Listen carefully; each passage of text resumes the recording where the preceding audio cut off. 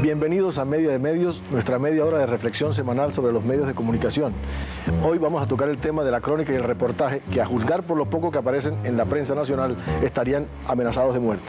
Para dialogar sobre el tema tenemos a dos exponentes de la crónica y el reportaje, además del periodismo colombiano. Están con nosotros Juan Gozaín, que además de ser un fenómeno de la radio, es novelista de La Mala Hierba y ha sido durante la época de esplendor de la crónica en los años 70 y 80 un maestro de estos géneros. Con nosotros también Antonio Morales, otro colega que brilló con luz propia en cromos durante mucho tiempo en El Espectador. Además también es cuentista, está preparando una novela, escribió El Último Macho, un libro de cuentos extraordinario, y además fue un gran cronista en los años 80. La crónica y el reportaje, que son géneros que se confunden, son esas historias que se cuentan como si fueran unos cuenticos, como si fueran los capítulos de una novela. Con sabor viajan los relatos mejor en esos dos géneros. Durante 40 años, durante los últimos 40 años, vivieron con gran esplendor, fue la época gloriosa, pero durante la última década han empezado a desaparecer de la prensa, de las publicaciones y de las revistas. ¿Qué pasó con la crónica? ¿Qué pasó con el reportaje? Nos lo responden cuatro colegas de Juan y Antonio. Yo escribí mucho en el periódico El Heraldo, a veces una serie en que tenía que hacer una página completa diariamente. Yo fui a Nueva York a un banquete del Consejo Mundial de Boxeo y saqué más de 30 crónicas todos los días, una crónica en colores, bellísima. Hoy ya no hay tiempo. ¿Por qué? No hay espacio. No hay espacio porque por los muchos avisos se ha comercializado más que nunca el periódico. Los periódicos están llenos de avisos. Segundo, porque el periódico quiere competir con la radio y con la televisión y publicar más noticias que crónicas. No quiere que se deje una noticia y la crónica es aplazada. Yo he dejado de escribir en algunos momentos por esa misma razón. O porque yo tengo un gran reportaje con fotografías a color y no hay color porque las únicas páginas donde se puede publicar color están llenas de avisos. Entonces sale lo que escribo con unas fotos en blanco y negro. No hay la presentación que se podía hacer antes. A mí me parece que en Colombia hubo un error histórico en los periódicos, y es que se quedaron en un momento dado copiando el esquema noticioso informativo de la radio y creyeron que iban a competir con la radio en velocidad, y luego cuando la televisión también se desarrolló en espacios informativos, empezaron a competir con la televisión con una diagramación muy bonita, con mucho color, muy visual, pero no renunciaron a competir con lo fundamental de la prensa, que es la palabra escrita, y con el relato en profundidad. Cuando un tipo compra un periódico es porque busca algo que leer, no es solo para mirarlo, y yo creo que la prensa en ese sentido también se equivocó. Y se digamos, modernizó mucho en tecnología, pero no se modernizó en estilo. Me da esa impresión. A mí me parece que la crónica cumplió en Colombia una tarea tan importante de decir dónde quedaba el país, de decírselo a todo el resto de la gente, que casi que sería una obligación estatal, educativa, casi que debía hacer una campaña al Ministerio de Educación. Sí. Tenemos que contar país en todos los lugares donde el país esté. No en la Jiménez con Séptima, no en Junín con Maracaibo, no en el tribunal ni en el anfiteatro. El país de la manifestación de vida, para que el país urbano, cada vez mucho menos consciente de lo que es el país nacional y general, está teniendo. Entonces me parece que el espacio de los medios, provocado por la urbanización nacional, le dio a la crónica un golpe rudo. Yo pienso que ese proceso crítico en el cual el reportaje y la crónica comenzaron a debilitarse, hasta desaparecer casi, como géneros importantes en la prensa, tiene que ver con un periodo de transición que se caracteriza por una cierta modernización tecnológica acompañada con la presencia o con la suplantación en los periódicos, ya no del periodista con intenciones literarias, incluso con ínfulas literarias, ni con la presencia del hombre culto que dirige el periódico, sino con la presencia abrumadora del tecnócrata que se apodera de la gerencia y traza pautas. Pienso que eso viene relacionado con la idea de que se vive una vida tan intensa, tan conflictiva, que el lector gregario, entre otras cosas, como se dijo en esta región durante mucho tiempo, no tiene tiempo para leer ni medianamente largo ni profundo. Esa tesis se estuvo manejando como la tesis que avalaba paulatinamente el despojo de los géneros exigentes del periodismo de los medios.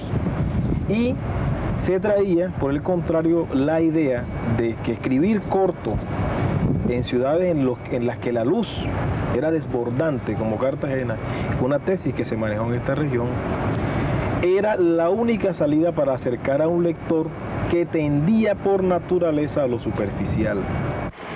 Falta de tiempo, falta de espacio, competencia con la radio, con la televisión. ¿Cuál es su percepción del asunto, Juan? Oyendo a Poveda, a Juan José Hoyos, a García Austá, se da uno cuenta que son muchísimos, son múltiples las razones, incluso los ángulos que podrían analizarse, ¿no es cierto? A mí me parece que lo primero que hay es un círculo vicioso tramposo. Los directores de los medios se desmontan del problema diciendo: nosotros no publicamos crónicas porque no hay cronistas. Y los periodistas se desmontan del problema de tener que escribir crónicas diciendo: ¿para qué escribo crónicas si no las publican? Entonces se volvió un círculo vicioso. A mí me parece que el problema no es de falta de espacio. No lo puede ser en una edición como la dominical, que tiene 200 páginas o 100 páginas, y que hay espacio para todo. Lo que pasa es que la crónica ha sido desplazada por un sentido más utilitarista del espacio, me parece a mí. Ni siquiera es problema de avisos, como era antes. Es que no ocupo la crónica porque había un aviso, llegó un aviso a última hora, no. Las ediciones dominicales, ¿de qué se nos llenaron?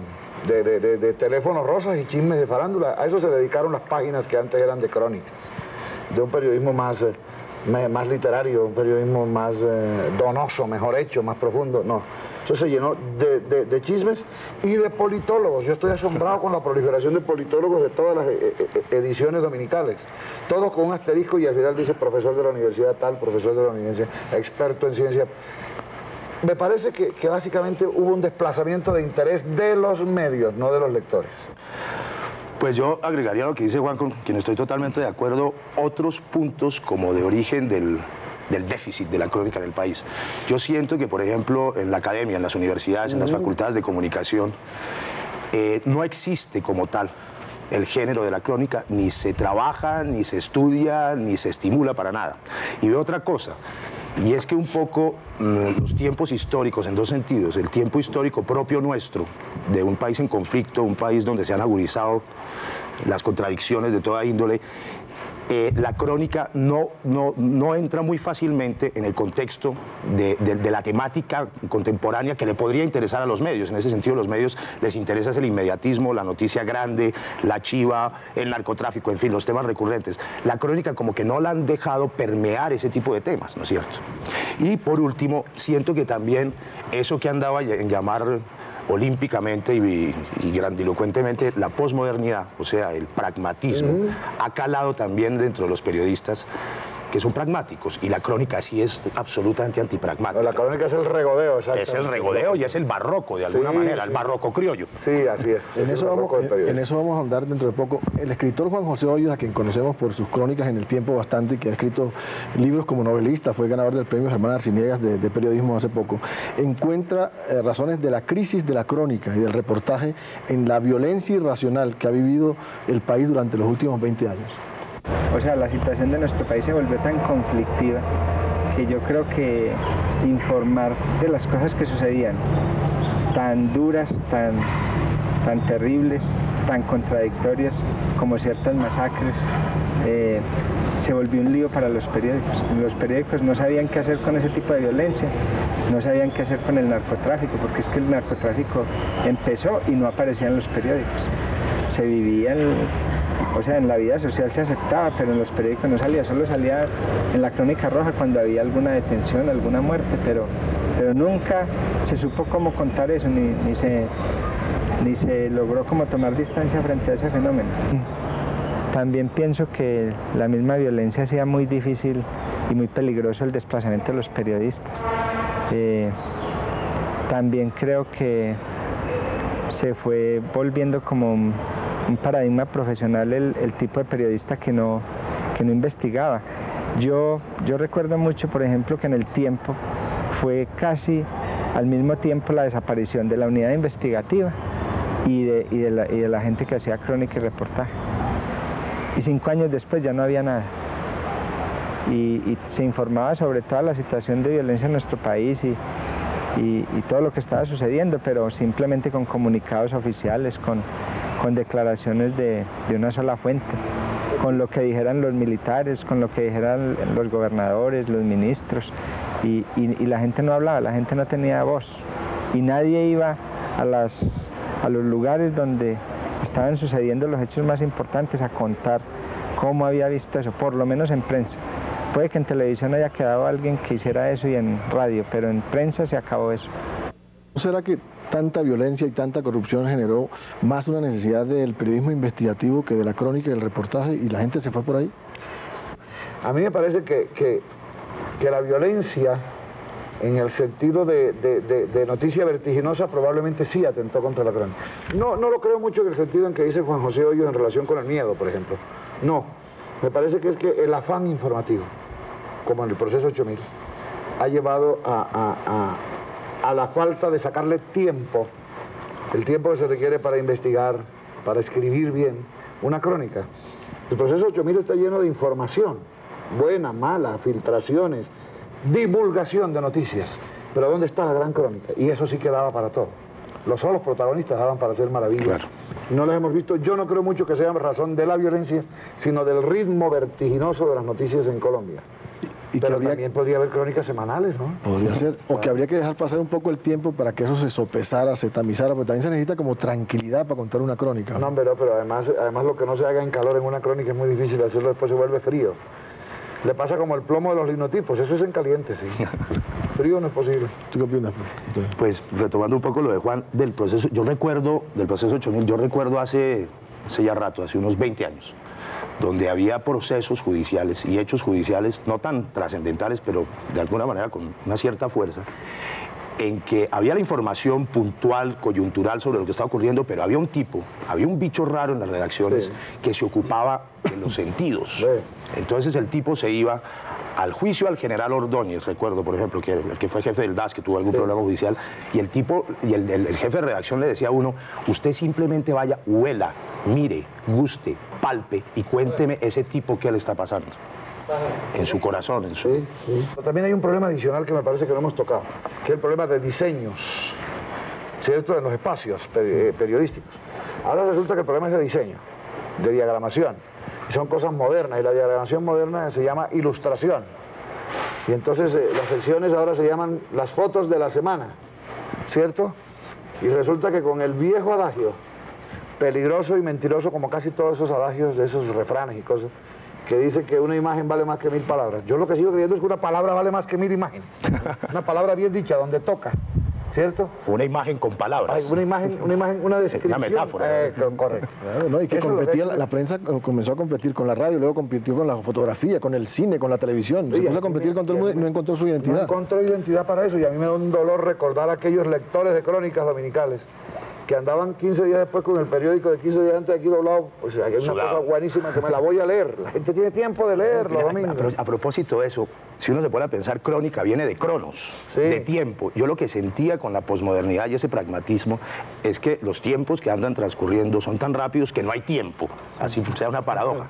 Y si la crónica es precisamente el transcurso del tiempo a través de las personas o de los objetos, la crónica, no sé, de un ladrillo, eso es lo que nos está pasando. Es que la virulencia del paso del tiempo es tan rápida que no tiene uno la capacidad de reflexionar y darle el tiempo al tiempo. Yo creo que ahí donde está la clave, es el problema de la... ¿Se puede decir así o no? Vertiginosidad. Eso. Y esa cosa frenética enloquecida de las noticias en Colombia, que cada 15 minutos hay una noticia nueva. más importante que la anterior. El tropel de los datos. Pero hablemos un poquito de las olas, ya que hablas de las transiciones. ¿De las qué, perdón? De las olas, y de las ondas. Ajá. Hubo una época, la moda, o sea, entró la crónica, entró el reportaje, y luego vino una época en que entró el reportaje investigativo, el análisis, la investigación profunda. De alguna forma eso un poco, y de acuerdo, como dice por ejemplo Héctor Rincón, que es director de La Hoja de Medellín, que es un periódico fascinante, que hace crónicas y hace reportajes, y también Jorge García Busta, nuestro colega del periódico de Cartagena, dicen que debido al periodismo de investigación y a la obsesión por su lenguaje, que es distinto al de la crónica, porque es un lenguaje mucho más metálico, y a ese afán de competencia con la radio, los empresarios, los gerentes o los directores empezaron a desestimar la crónica y el reportaje y a sacarla de los contenidos de los periódicos. Miremos. Hay otra razón, y es que el periodismo investigativo en Colombia lo han confundido desde el principio. Estoy hablando desde cuando Daniel Samper lo impuso hace 25 o 20 años, con que el periodismo investigativo tiene que ser escrito aburrido. Y tiene que llevar en el segundo párrafo la mención de un decreto. Y generalmente algunas palabras como Sala Cuarta del Consejo de Estado. Entonces cuando alguien pone Sala Cuarta del Consejo de Estado, ahí se acaba el lector, salvo que sea abogado. Ocurre una especie de corriente antiliteraria, en el peor sentido de la palabra, que no es contra la mala retórica incorporada al periodismo, sino simplemente contra toda aquella potencialidad del idioma periodístico que respira literatura de alguna forma. ¿Bajo qué argumentos? Bajo el argumento de que eso es escritura de poetas y de que eso es floritura o de que eso no es periodismo, se configuró un discurso que tuvo como ejecutores fundamentales esta clase de tecnócratas que no tenía vínculos espiritual profundo ni con el periodismo ni con la cultura, y quienes fueron en última instancia los que establecieron la idea de que los periódicos tenían por exclusivo fin la dictadura de la noticia. Hay una proclividad inmensísima a que el periodismo se haga todo con el objetivo de tumbis, de pulsar el poder. Entonces cuando el periodismo entra en esa función, en Colombia por lo menos, se olvidan de los otros géneros que generalmente no conducen a esos destinos, porque les parece que el verdadero destino del periodismo es ser poder para poder tumbar al ministro o al presidente o a Maturana. Entonces, la crónica en eso no tiene una función, no es útil al destino que ellos quieren ponerle a los medios. Que es bélico. Que es bélico, claro. La crónica entra un poco a jugar el papel de la boba del paseo, es decir, no tiene capacidad de demolición en apariencia, no tiene para esta forma de conseguir el periodismo capacidad de conmoción en ese momento. Entonces, es decir, es un poco la idea de que ese tiempo del periodismo había pasado y se le manejaba siempre asociado al tiempo de la bohemia periodística, al tiempo del chispazo de salón, al tiempo de la tertulia de café. Y todo eso condujo, de alguna manera, y es lo que se está revisando ahora, a deshumanizar en esencia la tarea periodística. Es que la subvaloración de la crónica, su liquidación, está ligada a la aparición de otra forma de periodista, inclusive a la concepción del periódico de un espacio completamente distinto a lo que era. A mí me parece que todo eso enlaza con un proceso. Ahí no ha habido a lo largo de esta historia de qué pasó con la crónica, no ha habido tampoco actos aislados. Empezamos haciendo noticias, luego pasamos con un poco más de experiencia a escribir crónicas, que es una exigencia un poco más literaria, en fin. Luego vinieron las unidades investigativas, hechas no para encontrar la verdad de la investigación periodística, sino para probar lo que el periodista creía desde antes de escribir la primera línea, ¿cierto? Y de ahí es muy fácil pasar a la opinión personal. Eso conduce a la opinión personal. De la sustentación de la tesis al panfleto. Exactamente. Claro. ¿Y qué es el panfleto? En el mejor sentido vargasvilesco de la expresión, lo que estamos viendo hoy con el nombre de análisis. Entonces siempre es un antetítulo que dice análisis. ¿Por qué hay que romperle las puertas a la Fiscalía? Por el doctor fulano, profesor de la universidad, no sé qué cosas, experto en politología de la Universidad de París, y va uno a leer, y eso no es análisis ni nada, eso es una opinión personal. Intención, ¿no? Exacto. La intención. La absoluta intención de la columna de opinión puesta donde no es, en la página que no toca, porque no es la página editorial, y convertido en gato por liebre. Un género equívoco. Es totalmente equívoco. Entonces, ¿qué pasó? Que a propósito de las unidades investigativas, yo creo que Rincón tiene razón cuando dice que se volvió de caché, era sofisticado y refinado ser unidad investigativa. Entonces todo el mundo dijo, ay no, crónicas insubstanciales que no descubren hechos y no tumban ministros y no acaban con gobernadores, eso no. Yo quiero tumbar gente, y yo veía hojas de vida, les confieso, que decían, fulano de tal periodista, nació en tal sitio, tal día, hasta ahora lleva en su hoja de vida 6 ministros que ha tumbado 4 gobernadores, lo ponían en la hoja de vida, todo eso. Y entonces eso condujo a un periodismo judicial, en el sentido más malo de la expresión. Es decir, eso convirtió en juzgados de instrucción criminal las salas de redacción. Y nadie volvió a escribir una crónica, todo el mundo quería tumbar ministros. Eso es verdad. Yo quiero hacer un poquito de abogado del diablo desde el otro lado. Hay algunos colegas... Ya me extrañaba que no. Hay algunos colegas que reconocen, de todas maneras... vamos al mea culpa. Que de todas maneras, ciertos cronistas, o algunos que hacían ese tipo de género, incurrían en la floritura, sí, y en el exceso de retórica. Se daba más al viaje personal experimental del lenguaje, de las figuras de retórica, etc. Y por lo tanto eso tenía una consecuencia en el lector, y era que perdía un poco credibilidad. Entonces, con base en ese criterio, decían que bueno, hacer crónicas era un poco hacer charlatanería. Y por lo tanto se pasaron a una cosa que parecía mucho más fehaciente, mucho más fiel a la verdad, que era el llamado periodismo investigativo. Comprobable con documentos. Lo que yo no siento es que investigar en términos de la crónica sea necesariamente acumular un montón de datos y un montón de expedientes para producir un remesón político, judicial o del poder, sino investigar es vivir, y la crónica es de alguna manera un género totalmente vivencial. Uno no puede escribir una crónica sin haber estado in situ. Ahí estamos todos de acuerdo, incitados por lo que dijo Héctor Rincón. ¿Por qué la expresión investigación en el lenguaje periodístico colombiano se volvió sinónimo de juzgado? No, investigar, no. Yo hay una cosa que he querido averiguar toda la vida, que me parece una crónica fascinante para la cual habría que tomarse un poco de tiempo. ¿A dónde van los animales que son heridos por los cazadores pero no caen? Cuando pasa un pato y le disparan y lo hieren en un ala, pero no cae muerto, ¿a dónde va? ¿Dónde se muere el pato herido? Ese tipo de cosas. Irlos a buscar. ¿Le parece poca investigación salir detrás de un pato a saber dónde cae?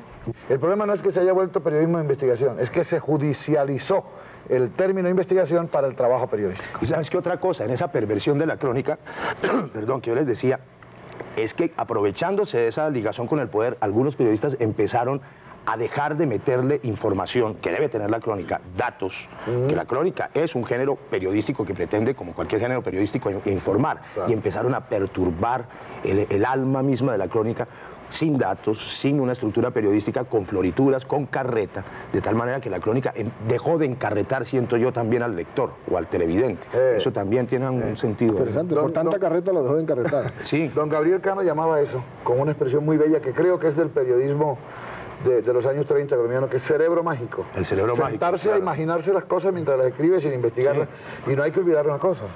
La crónica, lo único que el cronista no puede hacer es desplazar ni la voz de sus personajes, ni el escenario de sus personajes, ni los hechos de sus personajes. Claro. Lo que está mejor contados. Sí. Está mejor contado, pero eso es sagrado. Eso es periodismo, no hay que olvidar que claro, es periodismo. Bueno, a propósito de eso, ¿cuánta ficción, cuánta imaginación puede haber en una crónica o en un reportaje? Se lo preguntamos al gran cronista deportivo Fabio Poveda Márquez y a Juan José Hoyos, el novelista de Medellín. Algo de ficción que no deforme la verdad. Por ejemplo, si Albeiro Zuriaga me habla de su padre que se fue a Venezuela y los abandonó, yo puedo hacer una historia en torno a eso, que él no me haya contado y que no sé si es verdad o es mentira, pero que no deforma la verdad, el centro de la verdad, no lo deforma. Por ejemplo, a mí me dice el bendito Fajardo, que vivió en un lugar terrible de Medellín. Y él me dijo que en la esquina había una cantina peligrosa y que había viciosos. Yo después dije que le habían ofrecido marihuana y que él la había rechazado. No sé si lo hicieron, pero eso no inclusive engrandece la historia. Dije que se escuchaba las sirenas de la policía permanentemente porque había muertos. No sé si en efecto los había, y que con qué tanta frecuencia los había. Entonces yo inventé unas cosas. A mí me habló George Foster, fue un campeón mundial semicompleto, uno de los más grandes que hubo. Y él es ahora policía en Texas. Y me habló de eso. Entonces yo me inventé la historia de Vareta y comencé a hablar de una historia de un enfrentamiento con delincuentes de George Foster, que puede que los haya tenido o no, él no me los contó, pero eso no. Incluso yo después tuve oportunidad de hablar con él y me dijo, esas cosas me han sucedido, lo que tú contaste me han sucedido, pero él no me las contó a mí, yo las inventé.